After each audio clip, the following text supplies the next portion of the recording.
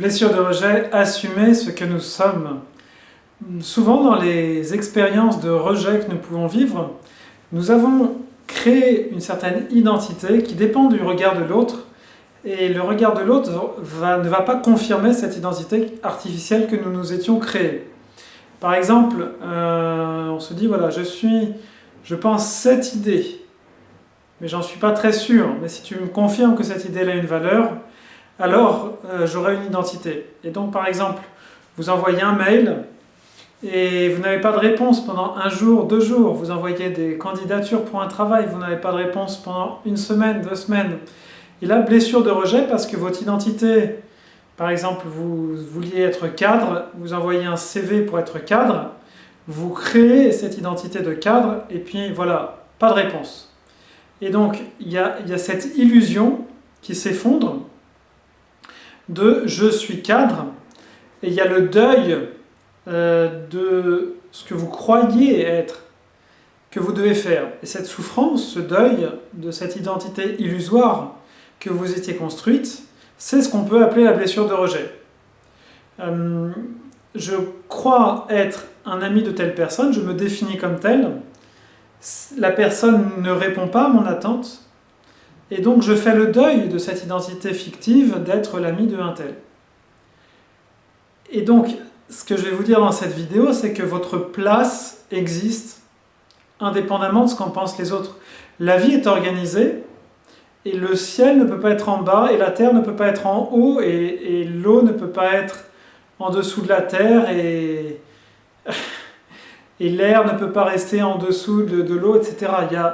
Tout est organisé dans la vie, et c'est un petit peu comme dans ces thermomètres avec des différentes billes qui flottent différemment, et où en fait chaque bille correspond, il y a une valeur, je sais pas, 21, 22, 23, et celle qui est au-dessus va au-dessus, mais c'est extrêmement organisé.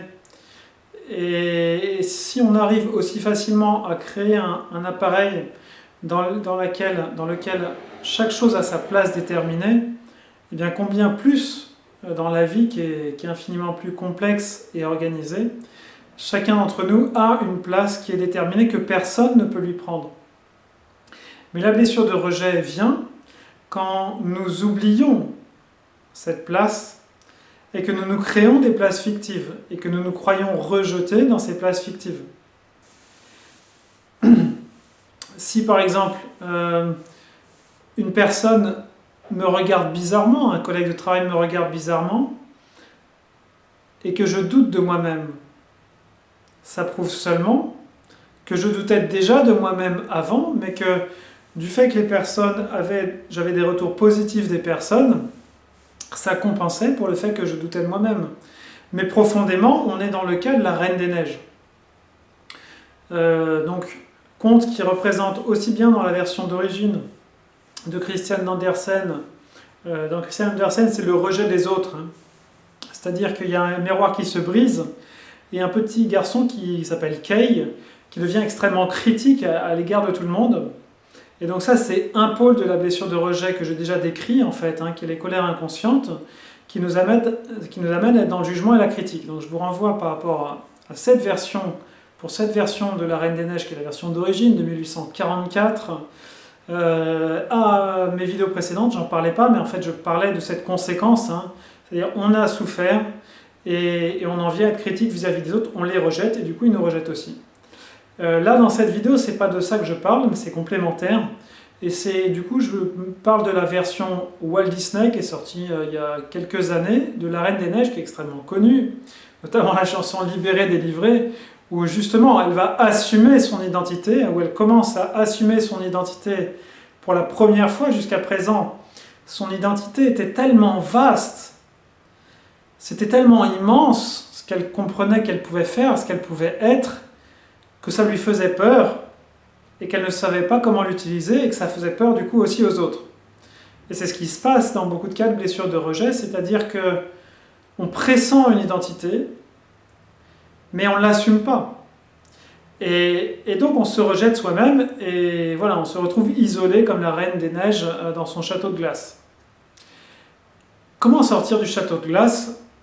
Et comment retourner vers l'été, comment ne pas laisser, hein, j'ai laissé mon enfance en été, chante Elsa, il me semble, dans cette Reine des Neiges.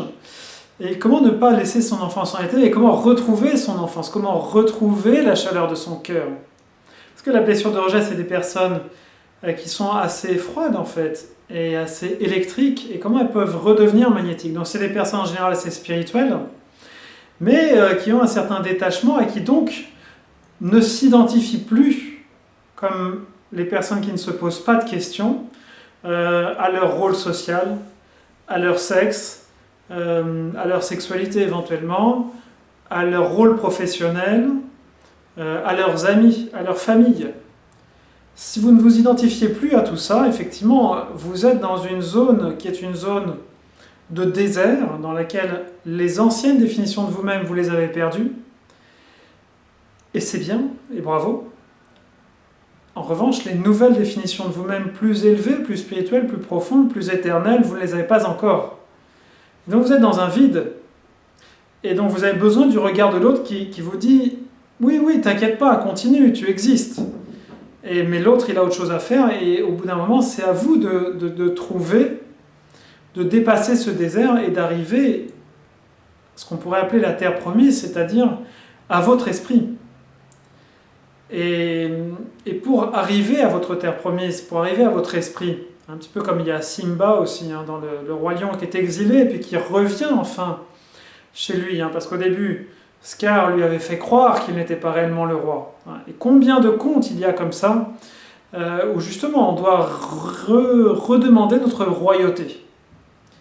Mais notre royauté, c'est notre état d'esprit. Je suis roi de moi-même en tant qu'esprit qui participe de l'unité de la vie et qui, en tant que participant à l'unité de la conscience de la vie, a une puissance qui est grande. Si je suis séparé de la vie, je n'ai pas de puissance, mais si je suis uni à l'ensemble de la vie, comme le décrivent toutes les religions, ma puissance est grande. Mais ça demande du courage, parce que, comme Simba, il faut affronter sa part d'ombre qui est représentée par Scar. Comme Elsa, il faut affronter sa part de froid, ou comme Kay, il faut affronter sa part de glace. Et la dépasser. Ça, j'en ai parlé dans les différentes vidéos. Dans cette vidéo, ce que je vous dis, c'est que si vous trouvez votre identité véritable, alors vous serez à l'abri de la blessure de rejet, parce que personne ne pourra vous dire « tu n'es pas cela » si vous êtes convaincu. Si je vais voir une pomme et que je lui dis « tu n'es pas une pomme », elle ne va pas se flétrir parce que je lui dis « tu n'es pas une pomme ». Et bien sûr, si je l'aime moins, quand même, ça va avoir une influence, mais la pomme ne va pas douter du fait qu'elle est une pomme, la banane ne va pas douter du fait qu'elle est une banane. Donc c'est la même tâche que nous avons à faire. Et c'est une tâche qui prend longtemps, donc ne soyons pas pressés, n'espérons pas qu'en 3 séances de thérapie ou en 3 jours de stage, on va savoir qui on est. Peut-être on peut faire des progrès intéressants pendant ces 3 jours. Mais c'est sur des années d'introspection et de prière qu'on va pouvoir savoir, voilà, ma biographie spirituelle profonde, c'est ça. Et ça, on ne pourra le savoir véritablement que quand on sera détaché de vouloir le savoir. Tant que vous voulez absolument être, je sais pas moi, le Christ, ou vous voulez être Marthe, ou vous voulez être Marie-Madeleine, ou je ne sais quoi, votre identité, vous ne la connaîtrez pas parce que vos désirs d'être ceci, cela, ou de ne pas être justement parce que ça vous fait peur, ceci ou cela, fera que vous n'avez aucune chance d'obtenir des réponses véritables, vous n'obtiendrez que vos doutes. Et donc c'est seulement à partir du moment où vous serez complètement réconcilié à votre passé, que vous n'en aurez rien à faire finalement d'être une banane, une pomme, une orange, une clémentine, que vous pourrez savoir profondément si vous êtes une banane, une pomme, une orange ou une clémentine. Vous voyez, donc c'est tout un travail de détachement. Et ce qui est intéressant, c'est qu'une fois que vous le saurez, plus personne ne pourra vous l'enlever. Si quelqu'un vient me dire « Charles, tu es nul », ça m'est égal parce que j'ai fait un travail d'introspection et je sais ce que je vaux. Je sais ce que vaut ma partie temporelle, ma partie charnelle, si vous voulez, ma partie sociale. Et je sais que mon esprit est fils de Dieu et que ça, c'est en or massif, ça. Donc, vous ne pouvez pas m'enlever cette identité. Et donc la blessure de rejet, elle ne peut plus que glisser sur vous à ce moment-là. On ne peut plus vous attaquer par cette grande question de qui es-tu ? Qui es-tu, toi, Simba, pour prétendre régner sur la savane alors que tu as tué ton père ? C'est le piège qui est tendu par Scar, qui en fait lui-même tué le père. C'est lui qui a fait croire à Simba qu'il avait tué son père. Ah oui. Mais une fois que vous avez renversé, que vous avez trouvé des forces pour combattre ce faux roi en vous, eh bien, voilà, vous avez votre véritable identité et vous avez votre véritable place. Et la note de musique que vous êtes, elle est unique et personne ne pourra la jouer à votre place. Quelqu'un pourra essayer, mais il vivra du rejet. Et c'est ça qui est bien dans le rejet, finalement, c'est qu'à chaque fois qu'on est rejeté, ça prouve qu'intérieurement, on n'est pas relié à soi-même. Si je suis relié à moi-même, je ne peux pas être rejeté. Je ne peux pas vivre du rejet. Les autres peuvent ne pas être intéressés par ce que je dis, mais moi je ne le vivrai pas comme du rejet parce que je sais ce que je suis. Et donc qu'importe comment les autres vont le recevoir. Voilà, donc bonne méditation, bonne prière, bonne patience aussi pour partir en quête de ce que vous êtes et ne plus être dans le rejet, mais être simplement dans cette joie de l'enfant, cette humilité de l'enfant qui sait intuitivement ce qu'il est et qui donc sourit à la vie et qui prend toutes les expériences comme elles viennent parce qu'il n'y a pas de doute. Il y a cette unité et il y a cette force de cette unité. Merci, à bientôt pour d'autres vidéos.